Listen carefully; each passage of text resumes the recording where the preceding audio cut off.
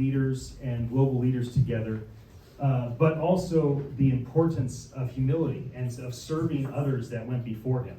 And so Mark does something that nobody else really does, and he does that in Washington, D.C.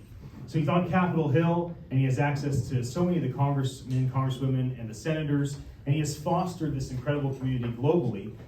So I just wanted to recognize that you're in the room, that you came from the capital of the country that I live in, and thank you for being here, and see if you had anything to say for a moment to the people.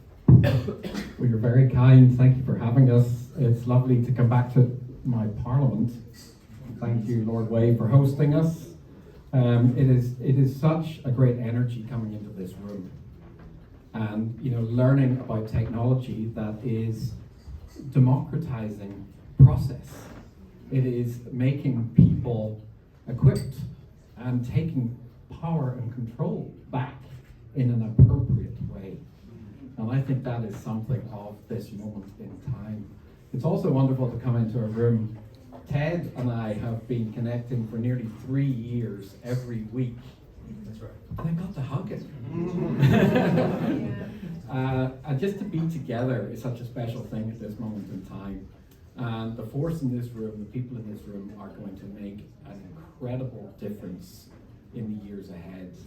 I'm here with a friend and colleague, Andrew Dyson, who's in the world of insurance. And he's saying, no, we're in the world of technology. We're in the world of making available the information that the insured need, that the insurer needs, that brings people together in an appropriate way. And you are the innovators. You are making this possible. So thank you to everybody in the room for what you are doing.